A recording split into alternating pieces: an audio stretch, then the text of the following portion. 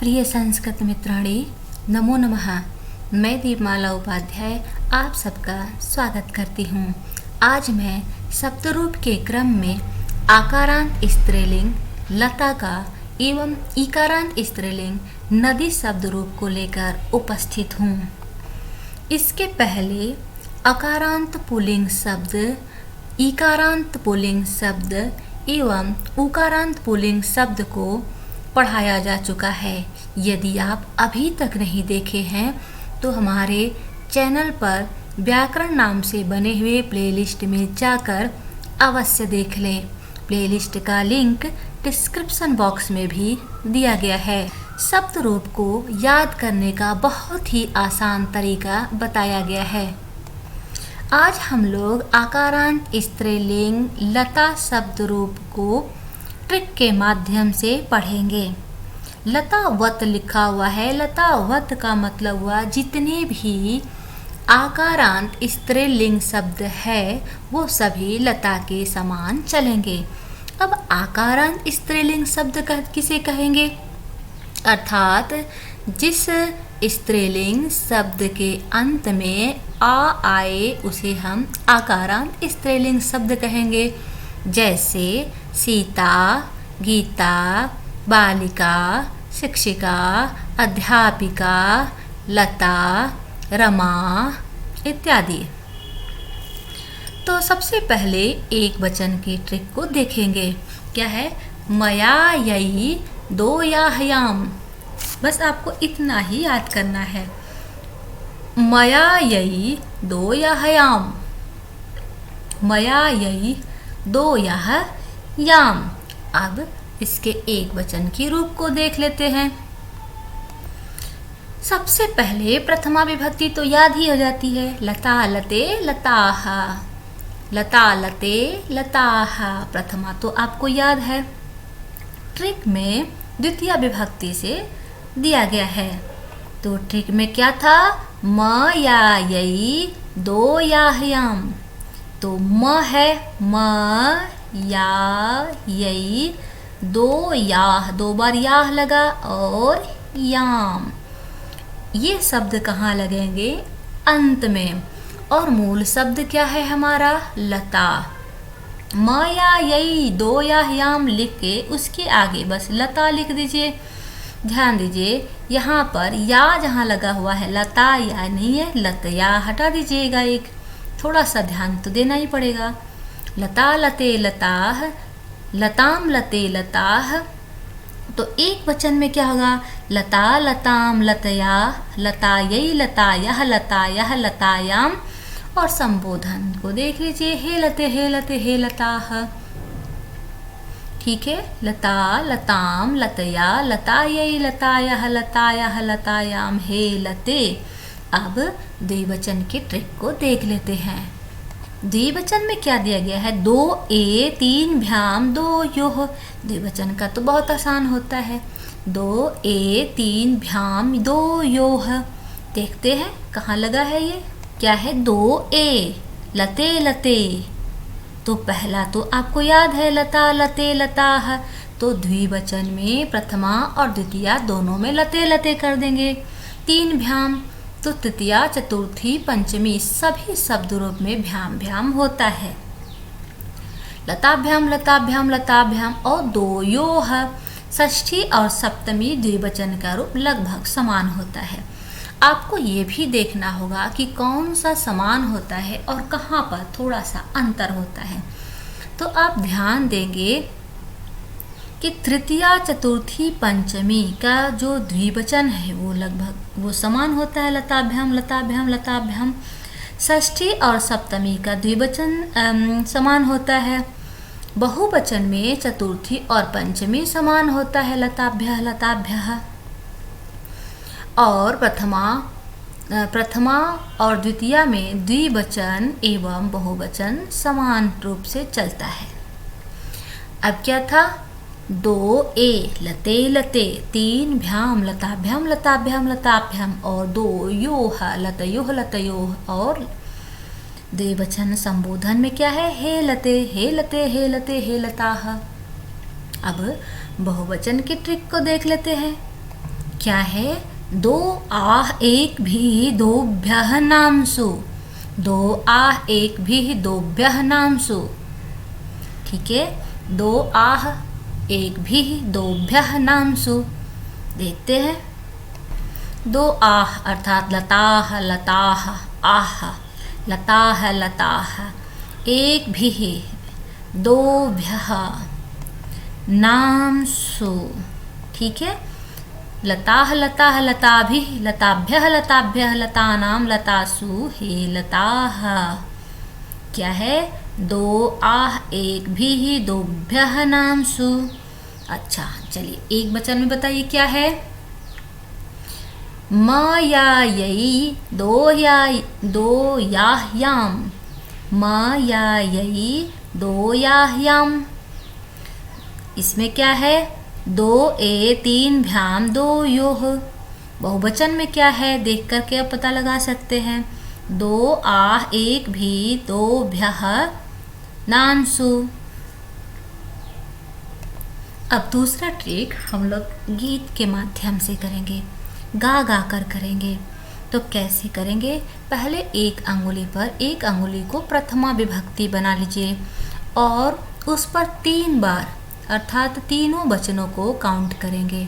जैसे लता लते लताः, ये तीनों एक अंगुली पे चलेगा अर्थात वह जो पहली अंगुली है वो प्रथमा विभक्ति हो गई, दूसरी अंगुली आपकी द्वितीय विभक्ति हो गई, तीसरी अंगुली तृतीय विभक्ति हो गई और उसमें जो 3 कोर बने हुए हैं उनको एक वचन, द्विवचन और बहुवचन बना लीजिए। जैसे ये आपकी अंगुली है और एक कोर, 2 कोर, 3 कोर, एक कोर ये हुआ, एक दूसरा कोर ये और तीसरा ये। तो ये एक वचन, ये द्विवचन और ये बहुवचन और पूरी अंगुली क्या हो गई? प्रथमा विभक्ति। प्रथमा विभक्ति और प्रथमा विभक्ति में एक वचन, द्विवचन और बहुवचन। तो अब क्या करेंगे? पहली अंगुली को लेंगे और लता लते लताः, फिर दूसरी अंगुली अर्थात द्वितीय विभक्ति हो गई। फिर क्या करेंगे? लताम लते लताः। ऐसे करके हम एक एक अंगुली पर एक एक विभक्ति को बना करके इसे पढ़ लेंगे।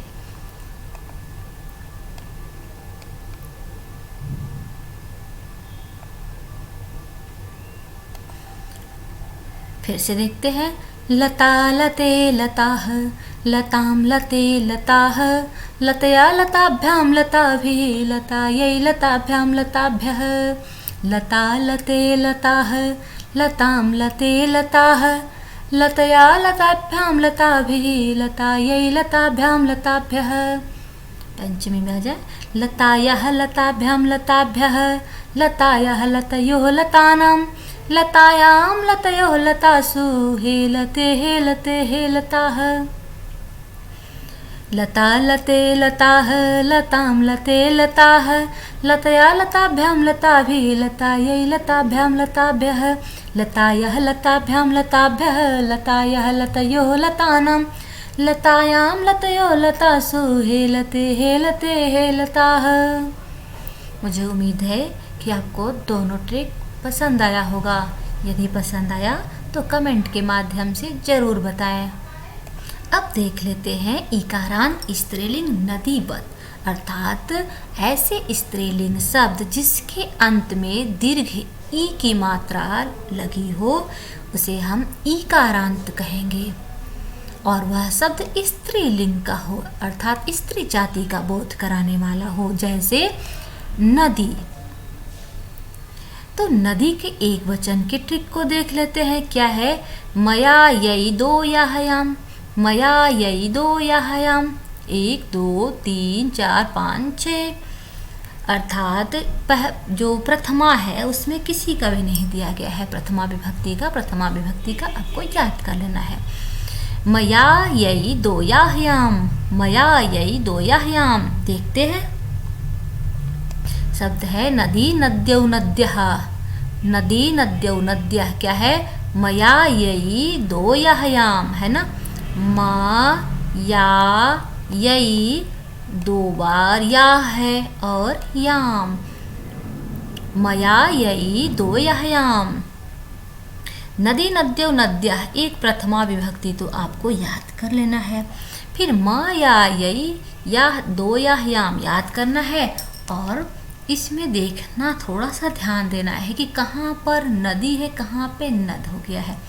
तो पहला में तो नदी है ही, दूसरे में भी माँ के साथ भी नदी लगा है, लेकिन उसके बाद नद हो गया है। नद्या, नद्यई, नद्याः, नद्याः, नद्याम। और संबोधन में हे नदी अर्थात ह्रस्व इकार की मात्रा लगी है, यहाँ पर ध्यान देना होगा।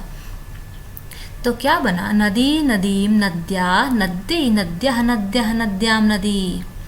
नदी, नदीम, नद्या, नद्यै, नद्यः, नद्यः, नद्याम, नदी।